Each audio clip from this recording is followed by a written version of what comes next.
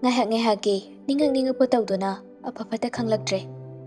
Amuksu mamana hairamba wahayda matawgi wakhal amuk lamsilai.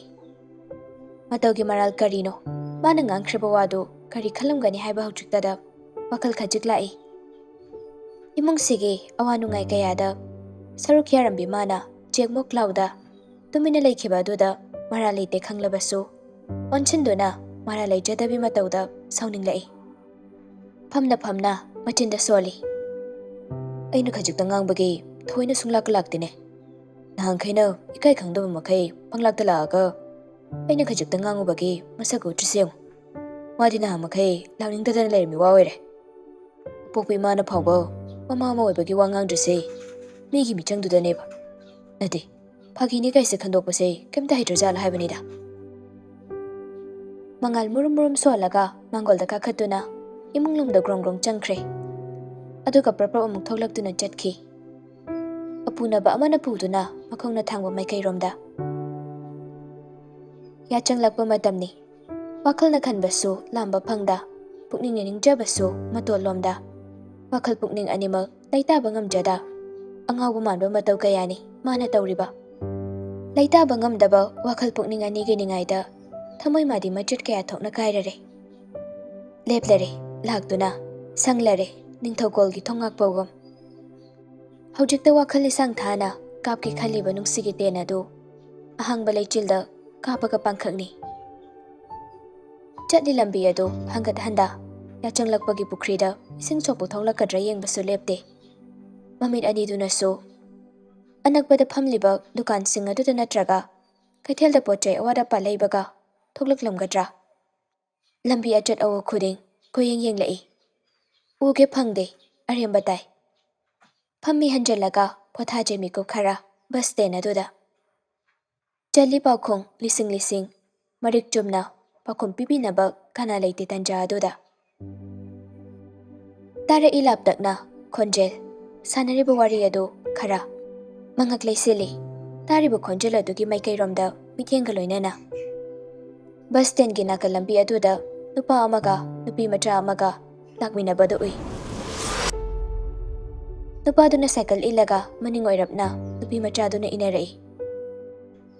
Cycle se thawrada kainu sumilisibo pungsi thengani haiba. Thengjilagana akhoi doina dum changminaradawni adubu wanena. Karandu sumngang leinuko thawru yare. Haiduna cycle gi maningduda phamlai. Aduga machin machaduna amuk makhatana hairei.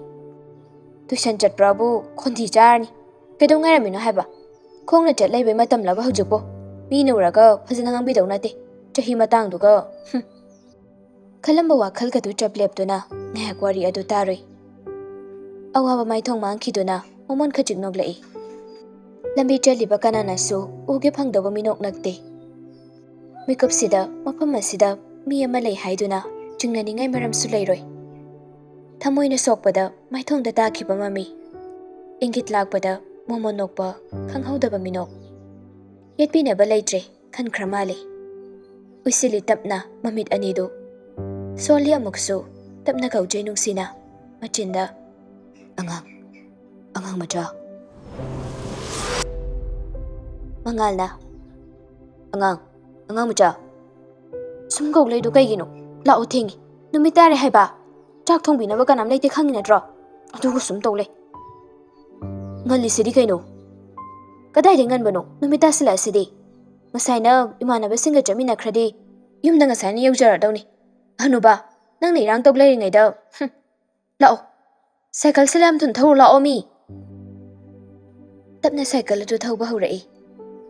Mangal tablapna isaudebako ainadi khitang mamhalaga yumdoina pusalasira khalingaisida akoi chak thongbinaba kanam leite khanginatro.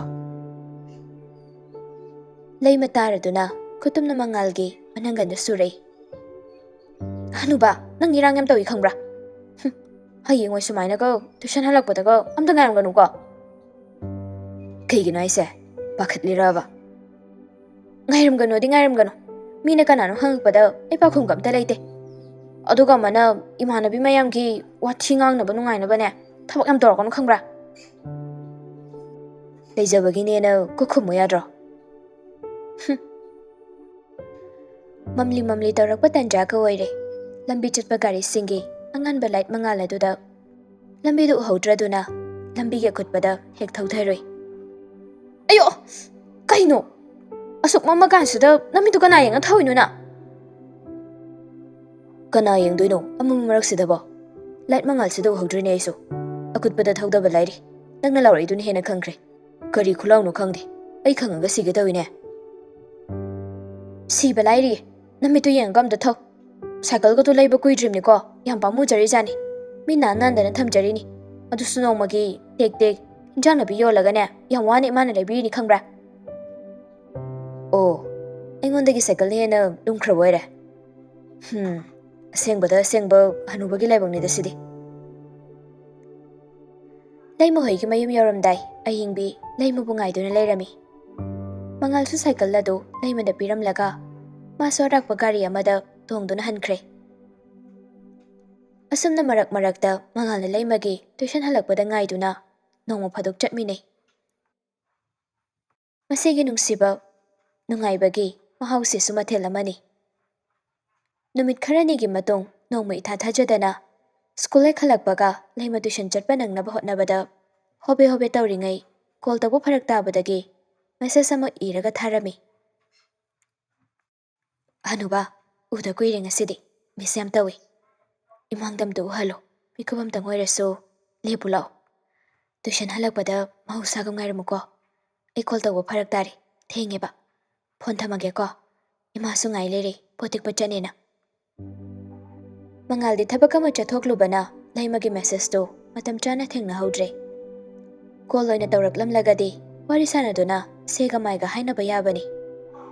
Adubu numit adu mana halakpada su thengi. Numidangi pung taruk makai helamle. Yum yauraga phone yenglubada thengnariba laimagi wahaido khangnung nungsiba phawrei. Phone tawsi hairabasu mamana pairaklaga khumpham leiroi khanna tawdre. Message su tharudre. Laimana call tawrakpa message tharakpa oina wana ngaijai. Adubu karimta hairakhide numitadu.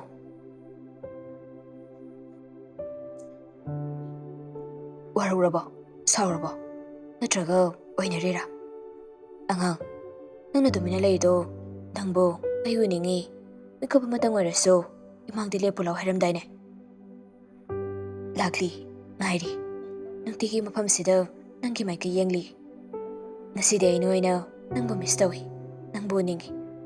Lepulaw, mikapa matangdi, ayki mangsida. Mangal wakhal lakpadadi, tuition halakpada, wari sana kiba ngangani do sulairamje. Nangbu kari gaina lapna thamlubano. Pangda bai giralni. Waja sanu khalabro. Nangna so aina tumina laikibada nangna waramgadawado. Aisu khangi. Wakhalani longdaba nangni. Khankibo hongandabi haido kiba ngakna chatbini. Aina ngasi wariba khangliba sidagi so nangni henbra ngangmacha. Chunglembina. Matawa. Kaino, tadro simi siba. Kaino madai siba. Lang tali dom talam o, ay phangdre habani. Chunglembi lang lambagi, nga tharambadu waraduna, kon khajikana mukhairei. Sumung leiraga, kay wakhan habani nang khalido. Thabak na may hawrakan sidaba, thabak sitna ba wakhali nangido. Kona damna khanasi, ningol jakaw ba kuidrabani ko. Migi singlamli ba phi mayam de yengo piyu hainara doni khaleradi piyu hairi ngai sigum kansida khoi siyol hoga dawani aduga nangna wakhal duna kaino habani da thabak yam kai mangam sande ko nangi matha ga do kona tapna khanasi chakaw ba ka loiraga matang mamana bi chinglembi de yenglai wakhal se supathau khaluno haiba ngamadi heknu ngai dawni thamoi se su tumina laikro thamjin ba de hek chaladi khara thangoirabasu koklam ga dawani ko ibhema nangi wakhal se su nungairi angakpani he nungsina dringai da adu wakhal choresina de nungsina ramadi kai phibam da noba nangna leidoise ainga iko se tapna ine ko naraga ne kari paulai kari kamdau sege habado madu ko na khanase masana mirai duna thawasa bedraga imana kai do doino na mukhalida wakhal se Ikaiba khangdabi nupaga mata phangdabi male itomda sum ikaiba phaujare to sise mai wari se mingonda sum non jaraga migi yaka yenga leba honade aitana to wakhal khalu yadabage sum khanjari ba haibadone mai nungsinagi basu leite ai masigi wakhal se khanda batam lage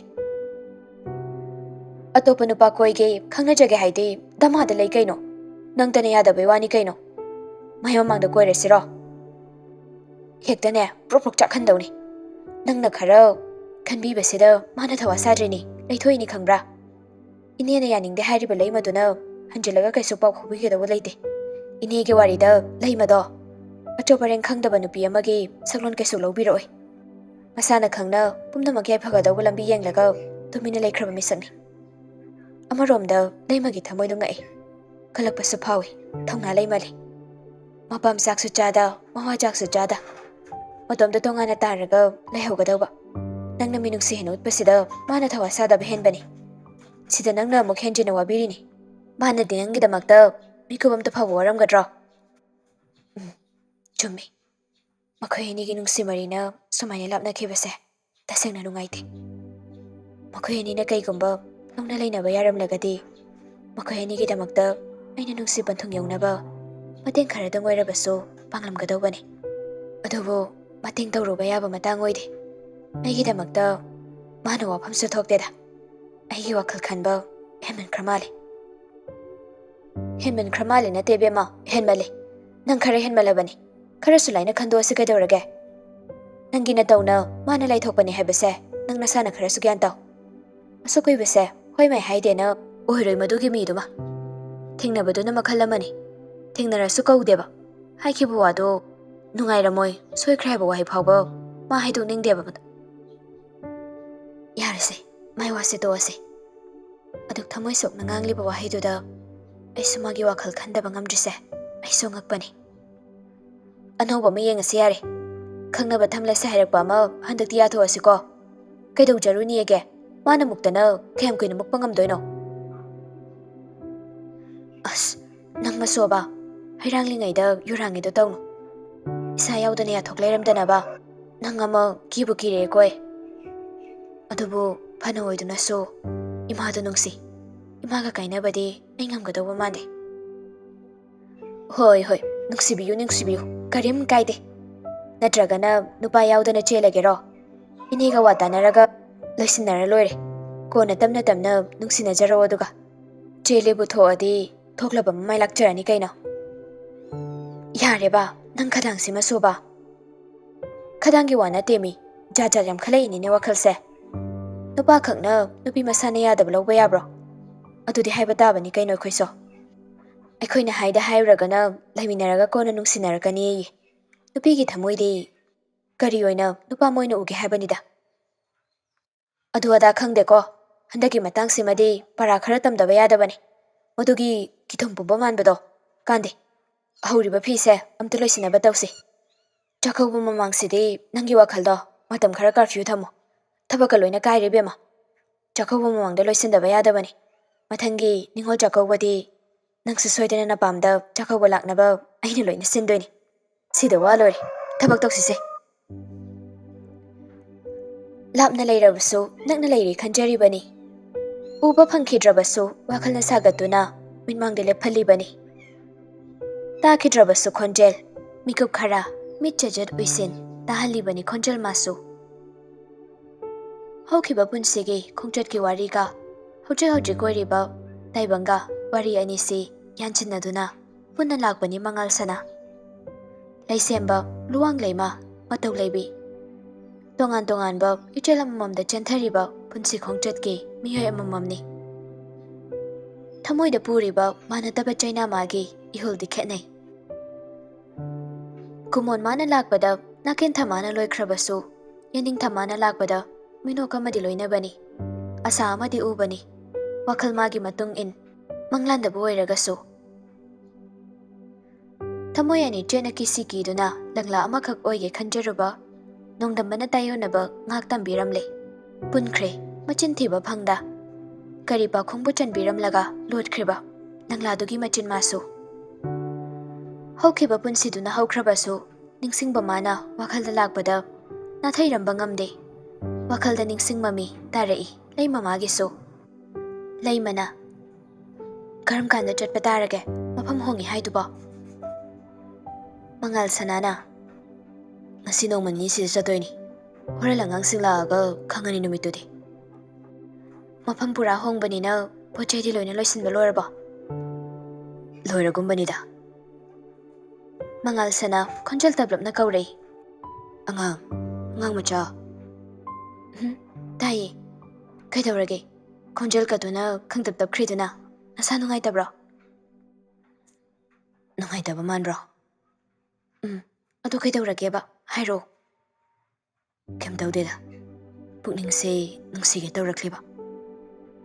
Ado hayo ba maramdo. Share tauba yaba oiradi tauro. Yadaba oirasu hairaktabadi yareko maramdo. Maraisina kalipu kandrifuni nangise. Ha. Hairo basi maraygi wana teba. Haihaningini kaino. Nangna lotsilido khangningini aisu. Mangal tapna adumak. Aina lairibum pamse maruaina roomse thadokani khanbada thamoidagum nungaitaba ma phabugum tawi. Kaino haisinadi yumda gamda thoklarroige miramda dum leirage khaliraba. Adugi wana teda. Yumgi wadi aina hena thoklangningini. Chahi ama anisidi aisu kaino yengba yaba khara yengkhigena tawbani. Ado maramda hairo wari makha.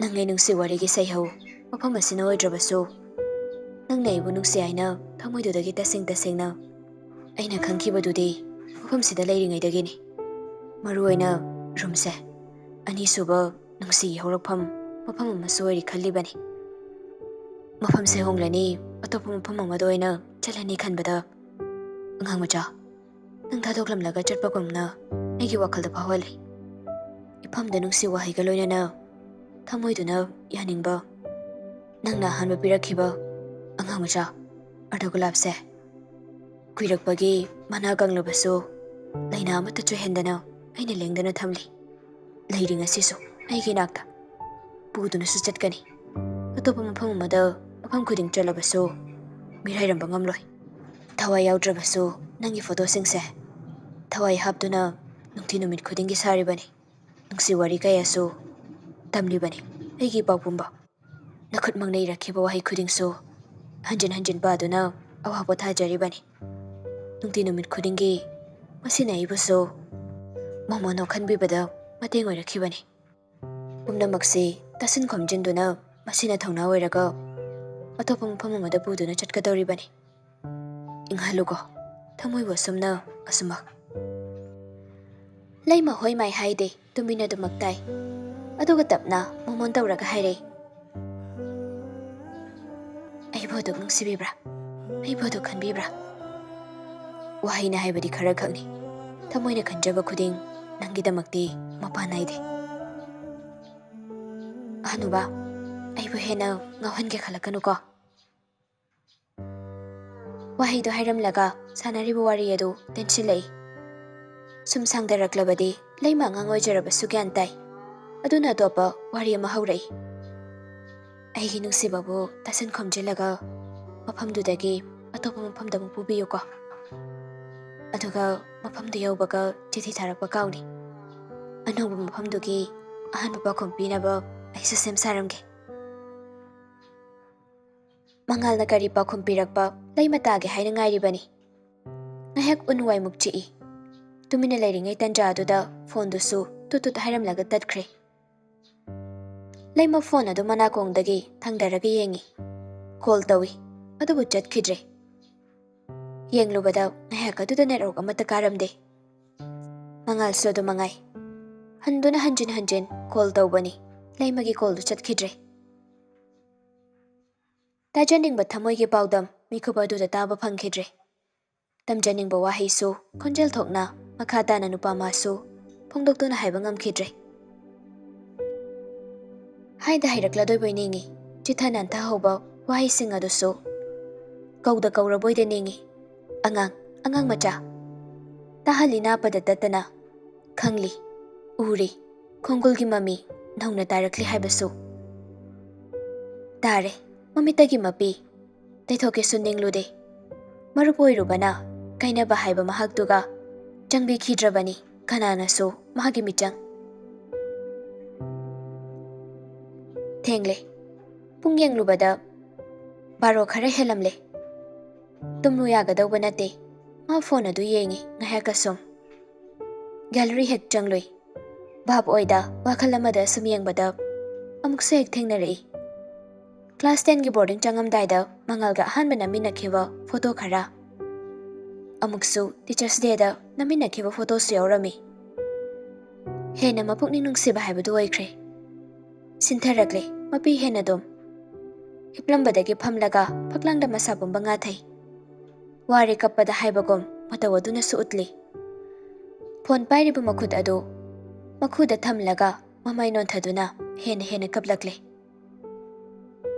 ꯅꯤꯡꯁꯤꯡꯃꯃꯤ ꯅꯨꯡꯁꯤ ꯂꯝꯕꯤꯒꯤ ꯄꯔꯤꯡꯗ ꯀꯥꯎꯕ ꯉꯝꯂꯣꯏꯗꯕ ꯊꯧꯗꯣꯛ ꯃꯆꯥ ꯃꯆꯥꯁꯤꯡ ꯑꯗꯨ ꯅꯤꯡꯁꯤꯡꯂꯨꯕꯗ ꯅꯨꯡꯁꯤꯕ ꯃꯤꯀꯨꯞꯅ ꯑꯅꯝꯕ ꯑꯣꯏꯔꯛꯈꯤ ꯅꯤꯡꯁꯤꯡꯂꯛꯏ ꯃꯤꯀꯨꯞꯁꯤꯗꯁꯨ ꯃꯄꯤꯅ ꯄꯨꯡꯆꯣꯠ ꯆꯣꯠꯂꯕ ꯃꯃꯤꯠ ꯑꯅꯤꯗꯨꯗꯒꯤꯁꯨ ꯃꯃꯤ ꯁꯥꯃꯤ ꯃꯃꯤꯠꯇ ꯎꯔꯛꯏ ꯇꯨꯏꯁꯟ ꯃꯐꯝꯗ ꯆꯪꯗꯈꯩ ꯁꯥꯏꯀꯜꯗ ꯗꯦꯠ ꯂꯥꯛꯄ ꯁꯨꯃꯥꯏꯅ ꯆꯠꯄꯁꯤꯁꯨ ꯅꯨꯡꯉꯥꯏꯕ ꯃꯍꯥꯎ ꯑꯃꯅꯤꯅꯦ ꯑꯉꯥꯡ ꯃꯆꯥ ꯅꯪꯒꯤ ꯁꯥꯏꯀꯜꯁꯦ ꯅꯪꯉꯣꯟꯗꯗꯤ ꯑꯣꯟꯊꯣꯛꯅ ꯆꯥꯅꯩ ꯑꯣꯟꯊꯣꯛꯅ ꯄꯛꯆꯈ꯭ꯔꯦ ꯅꯪꯅꯒ ꯊꯧꯔꯒ ꯁ꯭ꯀꯨꯜ ꯆꯠꯄ ꯇꯨꯏꯁꯟ ꯆꯠꯄꯗ ꯑꯗꯨꯝ ꯌꯦꯡꯉꯤꯅꯦ ꯑꯩꯁꯨ ꯍꯥꯏꯗꯕꯩ ꯋꯥꯅꯤ ꯕꯥꯁꯀꯦꯠꯇ ꯍꯥꯞꯂꯤꯕ ꯂꯥꯏꯔꯤꯛ ꯈꯥꯎꯗꯨꯅ ꯃꯤꯠꯁꯤꯗ ꯂꯩꯕꯨꯀꯦ ꯑꯣꯏꯅꯕꯨ ꯎꯔꯤ ꯄꯣꯠꯅꯤꯗ ꯏꯅꯥꯛ ꯌꯧꯔꯛꯑꯒꯅ ꯅꯈꯨꯠꯅꯒ ꯂꯧꯊꯣꯛꯑꯒ ꯄꯤꯔꯛꯑꯕꯣꯏ ꯈꯜꯂꯤꯅꯤꯗꯣ ꯃꯤꯠꯇꯣ ꯆꯨꯝꯅ ꯎꯗ꯭ꯔꯦ ꯍꯥꯏꯔꯤꯅꯦꯗꯣ ꯑꯩꯅ ꯁꯥꯏꯀꯜꯁꯦ ꯂꯩꯅꯕ ꯏꯃꯨꯡꯗ ꯇꯧꯈꯤꯕ ꯅꯤꯡꯉꯥꯏꯗꯣ ꯍꯅꯨꯕ ꯅꯪꯅꯗꯤ ꯈꯪꯗ꯭ꯔꯤ ꯆꯔꯥ ꯀꯌꯥꯅꯣ ꯑꯩꯅ ꯍꯦꯟꯈ꯭ꯔꯤꯗꯣ ꯁꯥꯏꯀꯜ ꯂꯩꯕꯤꯗꯦꯅ ꯈꯪꯉꯤ ꯍꯦꯟꯗ ꯍꯦꯜꯂꯝꯒꯅꯤ ꯃꯔꯩ ꯌꯥꯝ ꯀꯜꯂꯦꯕ ꯅꯪꯅ ꯃꯔꯩ ꯇꯧꯗꯅ ꯀꯅꯥꯅ ꯇꯧꯔꯨꯅꯤ ꯍꯥꯏꯒꯦꯅꯦ ꯍꯥꯏꯒꯦ ꯌꯥꯎꯅ ꯍꯦꯛꯇ ꯍꯥꯏꯕꯤꯔꯦꯅꯦ ꯑꯩꯅ ꯈꯔ ꯃꯔꯩ ꯇꯧꯒꯟꯕꯁꯤꯗ ꯃꯔꯩꯒꯤ ꯋꯥꯗꯤ ꯈꯔꯗ ꯅꯠꯇꯦꯗ ꯍꯥꯏꯗꯅ ꯀꯥꯟꯅꯗꯦ ꯍꯥꯏꯔꯨꯔꯒ ꯀꯩꯗꯧꯅꯤ ꯍꯣꯏ ꯌꯥꯖꯔꯦ ꯈꯪꯖꯔꯦ ꯈꯪꯅ ꯈꯪꯅꯅꯦ ꯍꯟꯖꯤꯟ ꯍꯟꯖꯤꯟ ꯑꯗꯨꯝ ꯍꯥꯏ ꯂꯩꯔꯅꯨ ꯍꯟꯖꯤꯟ ꯍꯟꯖꯤꯟꯒꯤ ꯋꯥ ꯅꯠꯇꯦꯃꯤ ꯃꯇꯥꯡ ꯃꯇꯥꯡꯒꯤ ꯋꯥꯔꯤꯅꯤ ꯑꯗꯨ ꯉꯥꯏꯈꯣꯁꯦ ꯀꯩꯗꯧꯔꯒꯦ ꯉꯥꯏꯈꯣꯁꯦ ꯆꯔꯥ ꯍꯦꯟꯕꯒꯤ ꯋꯥꯔꯤꯒ ꯂꯥꯏꯔꯤ ꯐꯣꯇꯣ ꯅꯝꯃꯛꯀꯦ ꯁꯥꯏꯀꯜ ꯃꯅꯥꯛꯇꯨꯗ ꯂꯩꯔꯣ ꯅꯪꯁꯨ ꯕꯣꯔꯗꯤꯡꯗ ꯆꯪꯈ꯭ꯔꯅꯤ ꯑꯗꯨꯅ ꯐꯣꯇꯣꯁꯦ ꯌꯦꯡꯉꯒ ꯕꯣꯔꯗꯤꯡꯗꯒꯤ ꯊꯣꯛꯂꯛꯄ ꯉꯥꯏꯗꯧꯔꯤꯕꯅꯤ ꯅꯝꯃꯣ ꯂꯩꯃ ꯐꯣꯇꯣ ꯅꯝꯕ ꯂꯣꯏꯔꯒ ꯃꯃꯥꯟꯅꯕꯤꯁꯤꯡ ꯑꯗꯨꯁꯨ ꯀꯧꯔꯒ ꯄꯨꯂꯞ ꯅꯝꯃꯤꯟꯅꯩ ꯑꯗꯨꯒ ꯑꯌꯤꯡꯕꯤꯅ ꯃꯉꯥꯜꯒ ꯂꯩꯃꯒ ꯃꯕꯥꯅꯤꯈꯛ ꯂꯩꯍꯜꯂꯒ ꯁꯥꯏꯀꯜ ꯃꯅꯥꯛꯇꯨꯗ ꯑꯃꯨꯛ ꯅꯝꯕꯤꯔꯛꯏ ꯂꯩꯃꯁꯨ ꯕꯣꯔꯗꯤꯡ ꯆꯪꯈꯤꯕ ꯅꯨꯃꯤꯠ ꯈꯔ ꯍꯧꯖꯤꯟꯈ꯭ꯔꯦ ꯃꯉꯥꯜꯁꯨ ꯅꯨꯡꯊꯤꯜ ꯉꯥꯏꯍꯥꯛꯇꯪ ꯑꯣꯏꯔꯕꯁꯨ ꯕꯣꯔꯗꯤꯡ ꯑꯗꯣꯝꯗ ꯁꯥꯏꯀꯜ ꯇꯨꯝꯃꯒ ꯃꯔꯛ ꯃꯔꯛꯇ ꯂꯥꯛꯏ ꯄꯥꯎ ꯐꯥꯎꯅꯒꯦ ꯐꯪꯗ꯭ꯔꯕꯗ ꯈꯔꯝ ꯂꯦꯜꯂꯤ ꯈꯪꯂꯛꯄ ꯃꯤꯀꯨꯞ ꯌꯥꯎꯔꯛꯇꯕ ꯅꯠꯇꯦ ꯕꯣꯔꯗꯤꯡꯒꯤ ꯒꯦꯠ ꯋꯥꯡꯃꯗ ꯂꯩꯔꯤꯕ ꯗꯨꯀꯥꯟ ꯑꯗꯣꯝꯗ ꯄꯣꯠ ꯂꯩꯕ ꯃꯤ ꯉꯥꯏꯕ ꯁꯥꯗꯨꯅ ꯉꯥꯏꯍꯥꯛ ꯐꯝꯗꯨꯅ ꯂꯩ ꯁꯟꯗꯦ ꯅꯨꯃꯤꯠꯁꯤꯅ ꯍꯦꯜꯂꯤ ꯊꯋꯥꯏ ꯌꯥꯎꯖꯕ ꯇꯟꯖꯥ ꯌꯦꯡꯂꯤꯕꯅꯤ ꯑꯃꯨꯛꯇꯪ ꯎꯖꯍꯧꯒꯦ ꯈꯟꯅ ꯁꯟꯗꯦ ꯅꯨꯃꯤꯠ ꯑꯃꯗꯅꯤ ꯁ꯭ꯀꯨꯜꯒꯤ ꯗ꯭ꯔꯦꯁ ꯁꯨꯔꯨꯔꯒ ꯐꯧꯕ ꯃꯊꯛꯇ ꯀꯥꯈꯠꯂꯛꯄꯗ ꯇꯥꯟ ꯆꯥꯅꯅ ꯃꯉꯥꯜꯅ ꯎꯔꯛꯏ ꯂꯩꯃꯗꯤ ꯍꯟꯅ ꯇꯨꯅ ꯌꯦꯡꯂꯨꯗꯕꯅꯤꯅ ꯃꯉꯥꯜꯅ ꯂꯩꯔꯤꯕꯗꯨ ꯎꯗꯦ ꯅꯤꯡꯊꯝꯊꯥ ꯑꯣꯏꯕꯒꯤꯁꯨ ꯅꯨꯡꯁꯥ ꯌꯩꯕ ꯃꯐꯝ ꯊꯤꯔꯛꯄꯗ ꯐꯤ ꯑꯗꯨꯁꯨ ꯃꯐꯝꯗꯨꯗ ꯐꯧꯕ ꯀꯥꯔꯛꯄꯅꯤ ꯃꯉꯥꯜꯁꯨ ꯀꯃꯥꯏꯅ ꯃꯥ ꯂꯩ ꯍꯥꯏꯕꯗꯨ ꯈꯪꯍꯟꯁꯤꯒꯦ ꯍꯥꯏꯅ ꯈꯜꯂꯤꯉꯩ ꯂꯩꯃ ꯆꯪꯈꯤꯕꯅ ꯍꯥꯜꯂꯤ ꯑꯗꯨꯝ ꯊꯦꯡꯅꯈꯤꯗ꯭ꯔꯦ ꯃꯊꯪꯒꯤ ꯅꯨꯃꯤꯠꯅꯤ ꯊꯦꯡꯅꯔꯣ ꯎꯅꯔꯣ ꯍꯥꯏꯅ ꯇꯝꯂꯝꯕꯅ ꯂꯩꯃꯅ ꯃꯉꯥꯜ ꯂꯩꯔꯤꯕꯗꯨ ꯂꯥꯞꯇꯛꯅ ꯎꯔꯛꯏ ꯋꯥꯈꯜꯗ ꯈꯜꯂꯤ ꯀꯩꯅꯣ ꯍꯅꯨꯕꯁꯤꯕꯣ ꯃꯥꯗꯤ ꯁꯤꯗ ꯀꯩꯗꯧꯔꯤꯕ ꯀꯧꯗꯨꯅ ꯍꯪꯂꯨꯕ ꯌꯥꯕ ꯃꯐꯝ ꯑꯣꯏꯗꯕꯅꯤꯅ ꯂꯩꯃ ꯏꯪꯒꯤꯠ ꯑꯃꯠꯇ ꯄꯤꯔꯝꯗ ꯐꯠ ꯆꯪꯈꯤ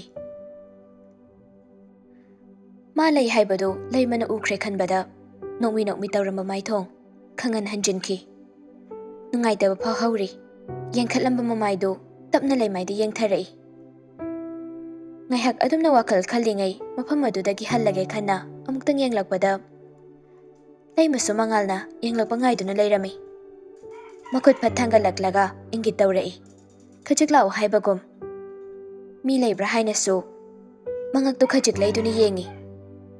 Mangalso miraknarak yenglaga khajik changsili. Aduga laimana che matat ama mangal tamna thadarai. Makhut khatlaga khonjel thokna haidrabasu. Hallo, mi yukhini haibagum. Ingitna nokfetaramlaga fatjangkhre. Laimana pirakliba che matat adu kari iribanu khangningna pantharamda yumda lai. Wahai khara iramlabasu kayam sangnubu iramgani. Che matat aduda mafamduda adumak hangdoktuna karino haina yenglamba yabani. Adubu magun yauroi khanna gyan tana mayum yauraga yengi khankibaduna yengba haurai hangdoktuna. Anuba nang thajadana lerambatuda aidi ngaure. Ngaktang mi onara jarana amuk munna yengoini. Ado lakliba October gi date 5 ta school gi teachers day ni. Ai jagoi sadoini yengba lau ko. Adu kaigino boarding manaksida leramise. Nahan kaisu lakbro. Laamgani khangi. Adumaina toina lakanuba. Sir, madam, security lairiba adagi satra sing mayamsina khangaga ikai ko. Adu phajana layo. Jagoi kauni ko. Yours, love and soul, angang maja. Thot badagi suhena thot labi, ing badagi suhena ing labi, nau badagi suhena nau rabi, phajaba khuding gisu saithapam oiribi, lairang magi mapokni. Asaba ingba khudingi changbu olibra, ningtham kalen ani ki matawgum,